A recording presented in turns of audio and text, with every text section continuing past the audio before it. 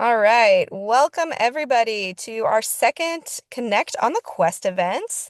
My name is Deborah Rogers Curtis. I'm the one who emails all of you all the time in the most obnoxious and hopefully helpful ways possible.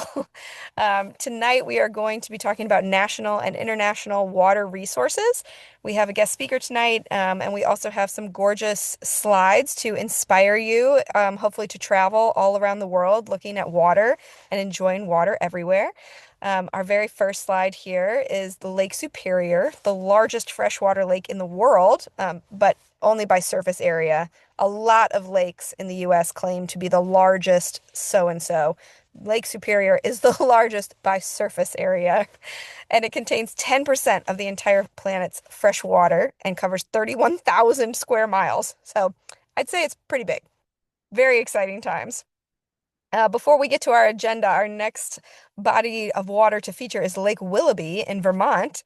It's surrounded by a giant state forest, which is amazing, and it also makes it look like a fjord.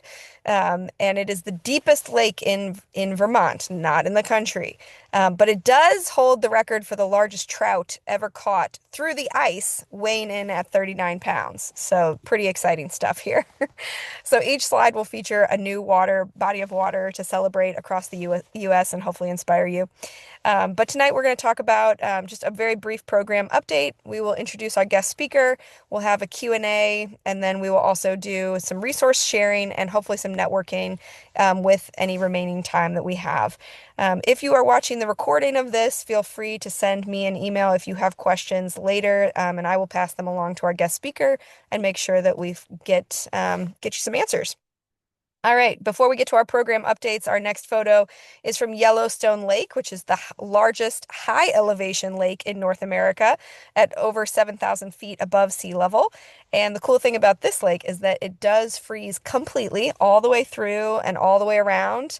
And it does not thaw out until June. And even when it does thaw out in the summertime, it is around 41 degrees cold. So we do not recommend swimming in this gorgeous lake. It is for viewing purposes only. So our program updates. If you are in the Green Schools Quest and joining us tonight, by December, or by probably the end of December, you should be already regularly checking in with your mentor. You should kind of be starting or completing the research and planning phase of your project and have a baseline of data to make sure that you can track your project as you go. And then make sure that you have a plan for implementing your project in January or even earlier. And then, as a reminder, you should always be taking photos along the way because you will have to submit photos at the end of our program when you submit your project to the panel of judges in March. And by January, you should just be implementing and continuing to gather data and taking photos. Oh, one more thing, my contact information is right at the top corner. If you are a person who has not started your project or you're thinking, I can't possibly start a project now, it's way too late. It's not. It's never too late to start a sustainability project. Please reach out to me. I will help you problem solve, and we will come up with something fabulous for your students to do. I promise. Before we introduce our guest speaker, our next inspirational photo is from the Deschutes River in Oregon, which has had many names over the years. It's also one of the most rugged rivers in the US and has some of the best whitewater rafting in the country. But the coolest thing about this river is that the path was changed dramatically 200,000 years ago when a volcano erupted and sent lava flowing through it, and it immediately changed course. Usually rivers cannot change course that quickly, but suddenly the river went in a totally different direction and was in a totally different spot in the state. So it's a pretty cool river. And fun fact, my husband has fished in that river and caught nothing. So it was cool, but man, he didn't do so well. So, with lava flows and drama in mind, I introduce our guest speaker tonight, Casey, our Associate Director of Programs for EarthEcho International. She is the Associate Director and basically runs the world. She has over 20 years of experience developing professional development, digital curriculum, and making scientific research actually fun for both students and adults. And as we know in the sciences, that is no easy task. So I'm pretty excited that Casey is is here, and she's really going to talk to us about what EarthEcho does, and also help us kind of understand water from a national and international perspective. If you have questions, if you're here live and you have questions, please put those in the chat, and we'll do a Q&A with Casey after her presentation. And if you are watching the recording and you have a question for Casey, feel free to email me and I will pass it along and make sure that you get a response. So for now, I will stop sharing and I will send it over to Casey to start sharing her presentation. All right, I'll make sure I'm off mute too. Hi, everyone. It's so lovely to be here this evening with you. Thank you so much for inviting me, Deborah. I'm really excited to connect with the Show Me Green schools, especially with this year's quest with the theme of water. So, and fun fact, I have some interesting ties to both Lake Willoughby and the Yellowstone River as well. So that was really weird. Deborah sent me the slides and I was like, Lake Willoughby, what's going on here? So I thought that was really fun. But I would like to get to know all of you. I know there's not many folks here live, but if you could just drop in the chat, just do a quick introduction, your name, your organization, maybe the age of the young people you work with, what grades you teach, and one thing you're looking forward to with this year's quest. I would really love to hear those responses. And while we're waiting for that, I will go ahead and introduce myself just in the sake of time. But hello, my name is Casey Gaylord Oboleski. As Deborah said, I'm the Associate Director of Programs at EarthEcho International. And I'll introduce EarthEcho and let you know who we are. I am based in Southwest Florida, in Bradenton, Florida, to be exact, but I was born and raised in North Dakota. Did my undergrad in Montana and came down to Florida over 25 years ago, and I've been here ever since. So I have a background in marine science. I actually got my start in the industry with marine animal husbandry and rehabilitation. So worked with dolphins, whales, sea turtles, penguins, flamingos to rescue and rehab them, but also did some training in husbandry as well in the start of my career. But then quickly fell back into the education world. I kind of wanted to be a teacher. I wanted to be a marine biologist, but I wanted to be a teacher. And I didn't know how those two things fit. And just stumbled upon a job over 25 years ago at an aquarium in Sarasota, Florida, and fell in love with teaching from a place that does scientific research and has a public aquarium. So I've been working in this space for a long time and have a lot of fun doing it. So wonderful to see all you here. Thank you, Christina, for introducing yourself. So we'll just continue on with everything. If questions come up, please feel free to drop them in the chat. But like Deborah said, we built in a little bit of time for some live Q&A for you all to come off mute. So let's get started with kind of just setting the baseline of who EarthEcho International is. So we are an environmental nonprofit organization that was founded 20 years ago by two siblings, Philippe and Alexandra Cousteau. Philippe, my boss, is pictured on the right of this slide. They are the grandchildren of famous ocean explorer Jacques Cousteau. Jacques Cousteau is pictured on the left with my boss, Philippe, as a young man. So I don't know if that name rings a bell with a lot of folks, but Jacques Cousteau was an ocean explorer. He was an active environmental conservationist, and he was responsible for bringing the ocean to people's living rooms back in the 1960s. He was the first person to put a camera underwater and actually bring the ocean to people's lives. So the undersea world of Jacques Cousteau was always playing on the TV in my living room when I was growing up. And he also, if anybody likes to scuba dive, he also invented the aqualung. So you can say he is the inventor of scuba as well. But our founders, Philippe and Alexandra, founded EarthEcho International in honor, of course, their legendary grandfather, but in honor of their father, who's pictured in the middle, Philippe Sr. They founded our organization because their father believed that youth have the power to change the planet. So we as adults should give them the tools and the resources to do that and step out of the way and let them lead. So that is what we do here at EarthEcho International. And we reach more than 2 million people in over 146 countries. So we envision a world where every individual from all backgrounds and experiences has the opportunity and tools to create a healthy and thriving environment. So, to that end, our mission is to build a global youth movement to protect and restore our ocean planet. So, every single day, our staff work to expedite and elevate ocean and climate action. We work to connect youth to the broader community of ocean advocacy and activism. And we build ocean climate and environmental literacy in youth by working with teachers and educators such as yourself. So we have a variety of programs. I'm not going to talk about all of them here, but we work with young people directly through our Youth Leadership Council and our ambassador programs. And then we also work with teachers, educators, and any other adult that's working with youth through our programs such as EarthEcho Academy, the Water Challenge, and our annual STEM competition, the EarthEcho Challenge. I'm going to particularly talk about the Water Challenge today and EarthEcho Academy because those two things can tie in very beautifully with the quest that you all are doing this year. So as we're kind of going through this presentation, I want you to think about maybe where EarthEcho International can offer you support. So we like to work with young people, and we like to think of young people as not the hands and the feet of an environmental movement, but of the hearts and the minds. We want to inspire them. We want to mobilize them. We don't want to give them a task list, but we want to empower them to do the things themselves. So us providing teachers and educators with resources to do that, that just helps to drive our mission further. So some of the things that we can offer you that you'll see here today are free online environmental STEM content and courses. We can offer training workshops and resources around building advocacy in young people. And we can connect the young people that you work with to a global community of young ocean advocates and change makers through an online platform called Gen C, which I will tell you all about.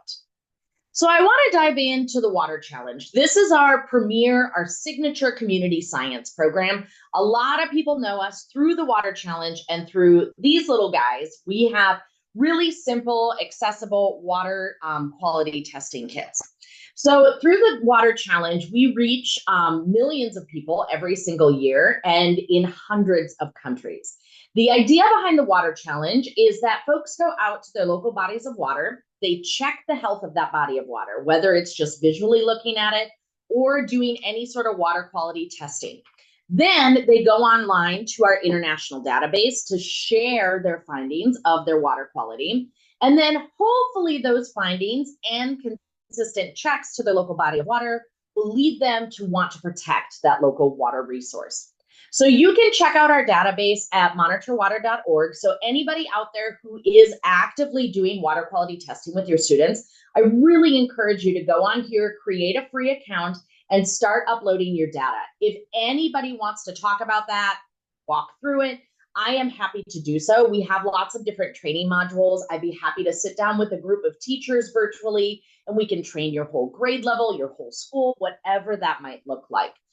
We even have parameters on our database that you can collect. So if anybody's doing cleanups, if you're doing habitat restoration, maybe planting native species or removing invasives, if you are doing any storm drain activities, maybe storm drain markings or ditch and drain cleanups, you can capture all that data right here on our database.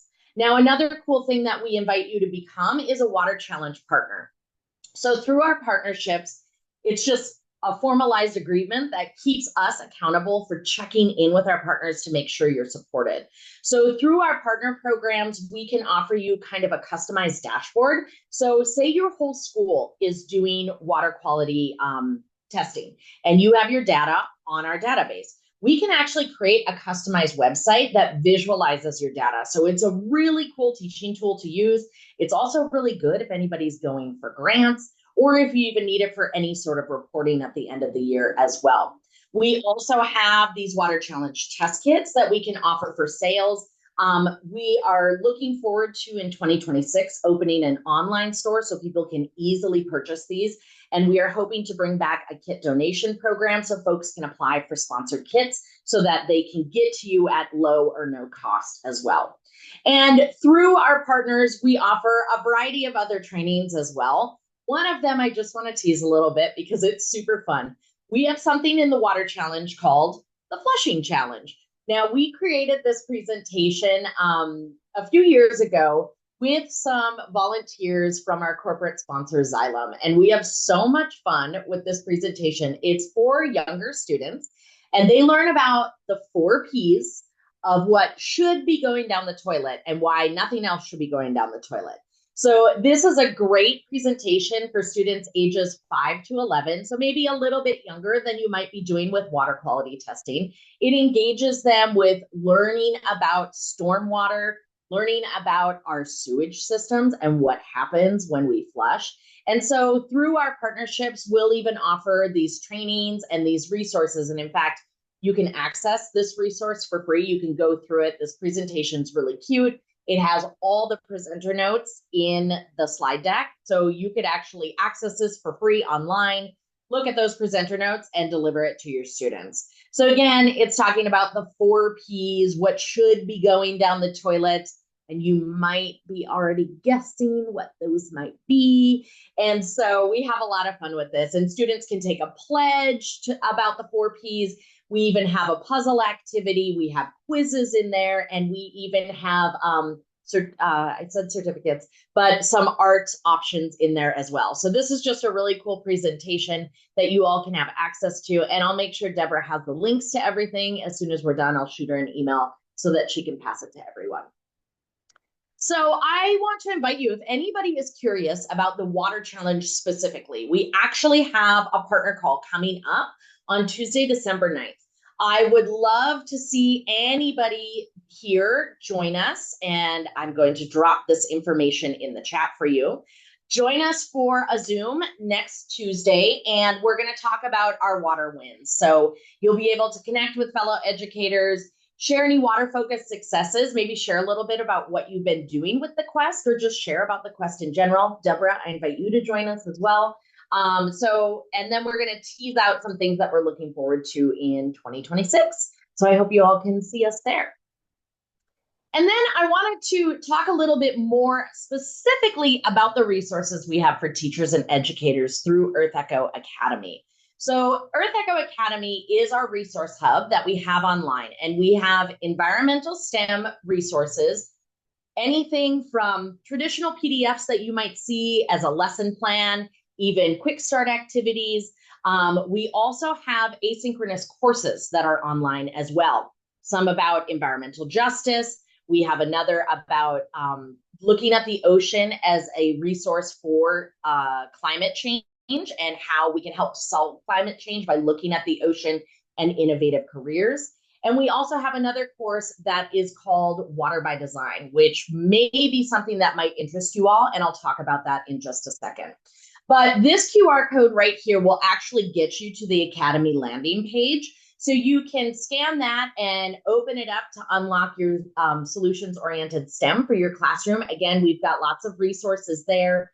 We used to run a program called EarthEcho Expedition, so you'll even see those linked there. There's a slew of videos that are associated with those, and we're working all the time to bring out new courses, and we will sometimes also do virtual and in-person professional learning opportunities for teachers as well. So some of the resources that you'll find online might look something like this. Like I said, kind of traditional PDF that you see on the left. And then we even have companion slide decks for some of our resources as well. We know you all are very busy, but we know that slide decks are really useful when you're teaching a lesson in class. And so we've gone ahead and created some of those. So if you need to tweak it, you can make a copy and adjust it for whatever you might need in your classroom. So this one is a look at beneficial bioplastics, really fun lesson plan in our Ocean of Opportunity course. And it talks about how plastics are made, what are plastics, and then it's a little lab so students can create their own bioplastics. And it's really, really fun. So we also have on Academy, as well as our Water Challenge website, we have resources for the Water Challenge. So we actually have 3 different guides on there. We have the Water Challenge guide, which is the one you see here. It talks about how you go out and test your water quality. How do you use maybe our kits or another kit? And then how do you go on our database and log your data in? It also talks about how you might run a cleanup. So maybe you have a young person that is interested in doing some community activities. This guide walks them right through it. And we also talk about how you can do a little bit more to raise awareness, through social media posting, maybe meetings with legislators, things like that. We also have a guide online that is all about invasive species removal and ecosystem restoration. And we have a third guide that we just released called From Streets to Streams, and it's all about storm drain stewardship and clean water. So check those out. And I invite you all to join us. If you believe that youth have the power to change the planet, we invite you to become part of our community, and we invite your young people to become part of our community as well. Now, I did mention we have an online platform for young people. It's called Gen C. The website handle is here, joingenc.org. And I encourage you, if you have any young people that you know that are go-getters and they're between the ages of 13 to 25, invite them to join this community. It is an online platform for young people to connect that have an affinity for the environment. So for a lack of a better description, it's a non-toxic social media, kind of looks like Facebook. We host monthly advocacy workshops on Gen C to help young people build soft skills, learn from professionals. We also allowed them to post any opportunities. Maybe they're hosting a cleanup event or a storm drain marking event in their community. They can actually add it to Gen C to see if any locals want to join it. You can also find scholarships, fellowships, all sorts of different things on Gen C. It's just a really cool space. We have over 2,000 users on it right now, and it is just 2 years old. So it's pretty exciting. We're very proud of it. So share with your students, joingenc.org. Then I invite you all to join us.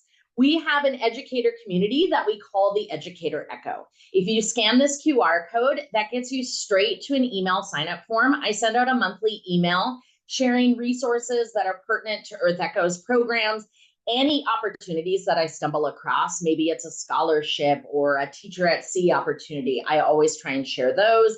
And then again, if we have any opportunities for your students, such as those I mentioned on Gen C, I include those in our newsletters too. We also have a LinkedIn group, and I will drop that in the chat. So if anybody is on LinkedIn and you're interested in joining the Academy LinkedIn group, we post some updates there, and it's a great space for just teachers to pop in, ask questions of one another, see if you want to collaborate, so on and so forth.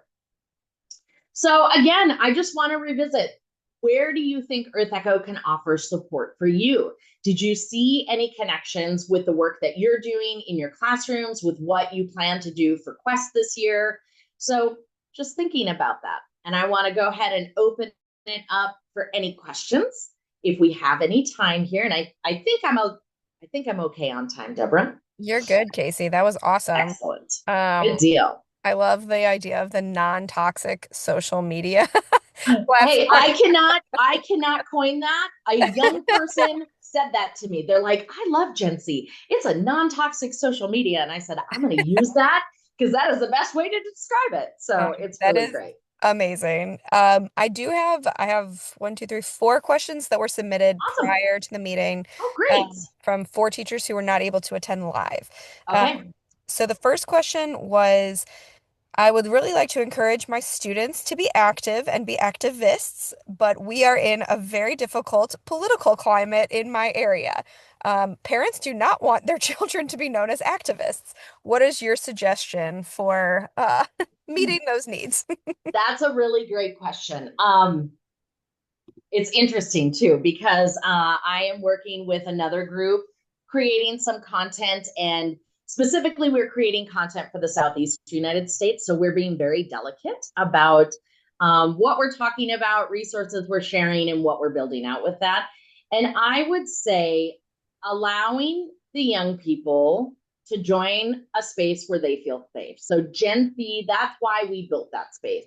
So having them join this online platform that is a safe space for young people to go to just learn about what other young people are doing in their community and learning about what opportunities are there. And I think activism is a really hot button word right now. Unfortunately, I think it's just, it's a trigger word. And so rather than thinking about students or your kids being activists, think of them as being advocates. What are they advocating for? Are they advocating for a cleaner environment? shouldn't be anything wrong with that. So EarthEcho has built that space for young people. Hopefully, they're between the ages of 13 to 25, because it is a safe space. It is monitored by us, the adults here at EarthEcho, and we're very careful. We do not let other adults in there.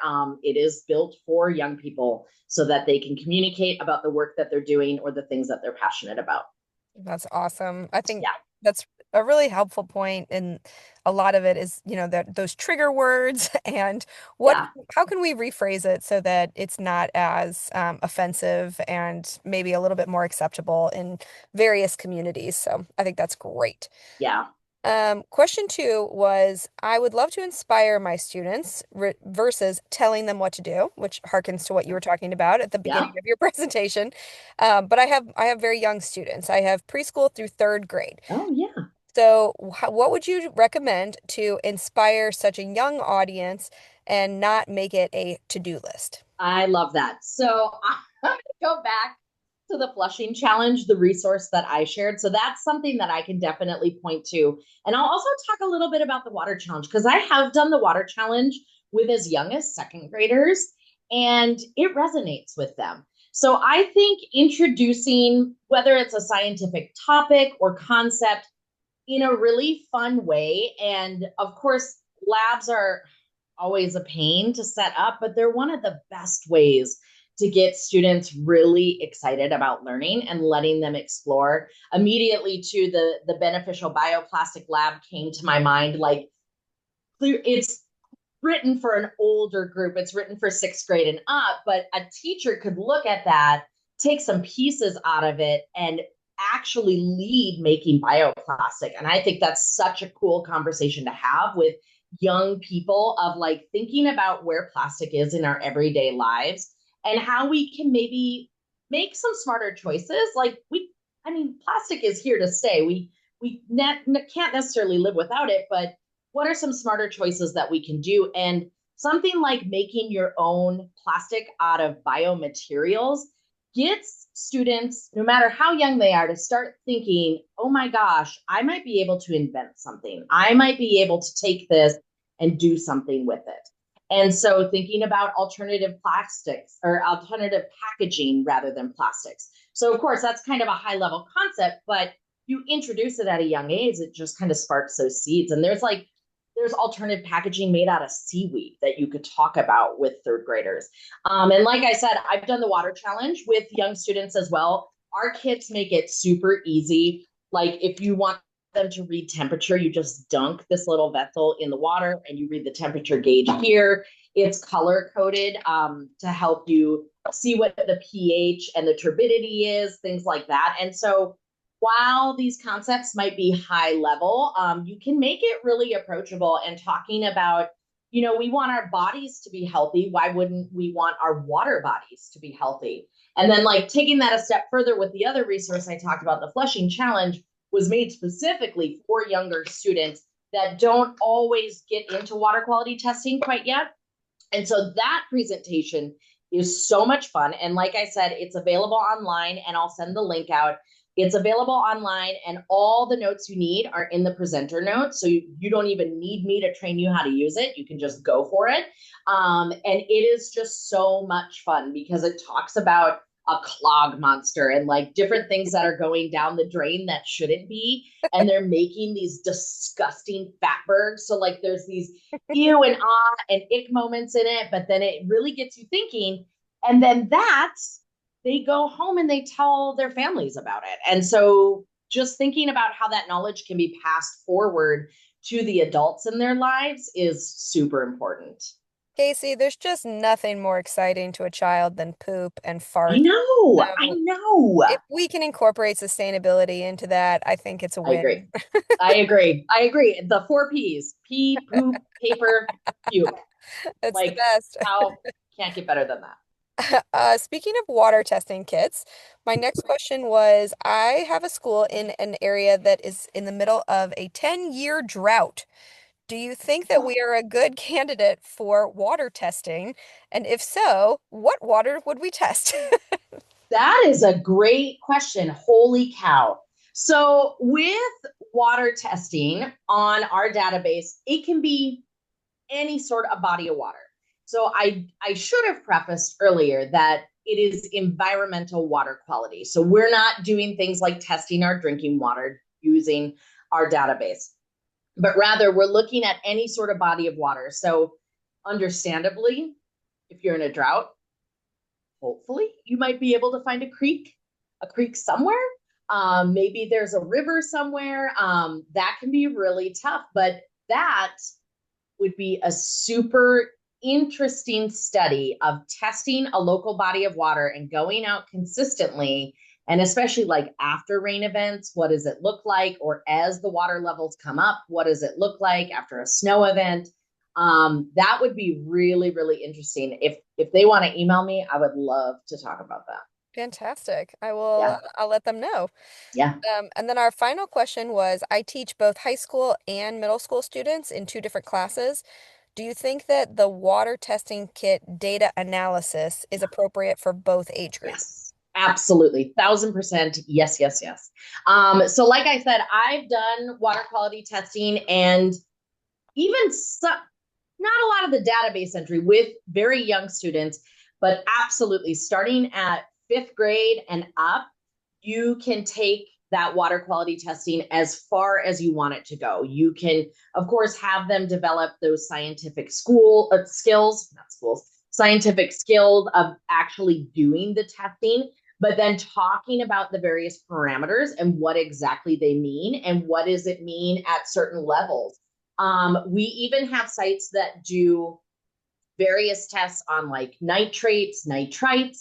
And so that's just talking a little bit more about the nitrogen cycle in water and what that means to the living creatures there. We also have sites that test for macroinvertebrates. And there's a great community science program called MacroBlitz that you can learn a little bit more about macroinvertebrates. But we have categories on our database. There are three different taxa of the macroinvertebrates, and some are more pollutant sensitive than the other ones. And so that can spiral into conversations about, oh, we're not seeing any caddis flies. What does that mean? And so thinking about, the environment around that body of water and even thinking about what events have happened recently. Again, was there, a runoff event? Was there some sort of breach of the water system? Was there a storm that rolled through? So, thinking about what natural and even human caused instances could have on the health of that local body of water is really interesting to see. So, 1,000% middle school, high school, adults, again, elementary. I've done water quality testing with really young students, and it's so much fun to get them excited. That's awesome. That is very inspiring. That makes me want to go like work with middle and high schoolers right now. Yeah. Well, Casey, thank you so much. Do we have any other questions? And I don't see any other hands raised or comments in the chat. If you're watching the recording, please email me if you have questions, and I will definitely direct them to Casey. She has a wealth of knowledge, both with the EarthEcho International presentations and programs, but also just with STEM and science, investing in that with kids. So, any questions that you have for our expert speaker tonight, please, please, please send them my way. And Casey, thank you so much for joining us. That was a joy and a delight. Yay. I love it. Thank you all so much for having me. I'm going to hang out and lurk in the background. And Deborah, I'll get an email queued up and send you all the links. That's perfect. Thank you so much. I Thanks, appreciate it. everyone. We did miss one slide here, guys. This is Pittsburgh, Pennsylvania, as stated in the corner. I lived here for a couple of years, so I had to include it. But Pittsburgh is an unusual water place to cite. If you've never been there, you probably have no idea that Pittsburgh is surrounded by water. There's three rivers that run right through downtown: the Ohio, the Allegheny, and the Monongahela. And these rivers were formed during the Ice Age, more than 2 million years ago, as glaciers formed. And as they eroded, they altered the landscape forever. And in fact, the Pittsburgh Pirates baseball stadium faces the Allegheny River, and players who can hit over 440 feet can hit a home run into the river. So, for those of us who are baseball fans, this is an awesome baseball stadium to visit if you're up for it. Also, I mean, nothing is better than Cardinals, but this is pretty cool to look to watch. And I'm sorry this picture turned out very blurry. I do apologize, but it does not make Nantucket any less special. So this is our next site to highlight. Nantucket is a tiny, tiny little island right in the middle of the Atlantic, known for its historical whaling industry. Amazingly enough, no longer known for that. Whaling is not a thing anymore, thank God. But it's a beautiful, beautiful island where rambling beaches provide ocean views along the entire coastline. But this island is only 14 miles long and 3 miles wide, but it still boasts its cobblestone streets from its original inhabitants and celebrates daffodils every year in an annual festival. I highly recommend this lovely location. So I'd like to do a brief resource share. This is mostly, don't worry, you will be getting these slides. These are hyperlinked to all kinds of things that are national and international organizations or resources for teaching water in your classroom or in your after-school clubs. Every single link here is fresh. I just tested them all today. So if a link is broken, please let me know because it absolutely should not be. But last session, we focused on just Missouri and Illinois, and all of the resources and organizations that are local to us. But here we are celebrating organizations that have a much broader bandwidth. I did add in one Illinois one that I forgot to add in last time. So the Illinois Water Resources Center specifically has resources for K-12 students. Um, I tried in the next several slides, I tried to give you a little bit of a brief intro of what this resource is about. On this slide, I missed an explanation. The United Nations has a group of sustainability goals. Two of them are specific to water. So if you click those hyperlinks, they take you to an enormous amount of resources. It's almost overwhelming, but I wanted to make sure you know that the UN really provides a lot of information across the spectrum of water, both drinking water and animal and wildlife water issues, like how do we keep our oceans clean. A lot of these resources also just are free lesson plans and or, excuse me, activities for kids. Excuse me again, good Lord. There's also this magical thing called the water footprint calculator, and it's very similar if you are interested in tracking your carbon footprint. This is a way to track your water footprint, and there's a lot of resources.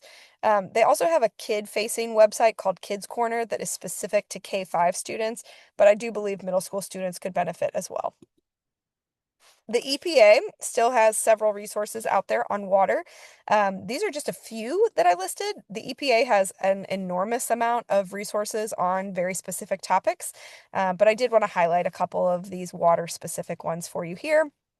And then the last two are very focused on indigenous knowledge and understanding the wealth of knowledge from millennia of taking care of water, waterways, water systems, etc., that are indigenous groups of people across the United States, and North America in general, that they have been taking on, and basically ways that we can learn from them because they have kept the waterways clean for millennia.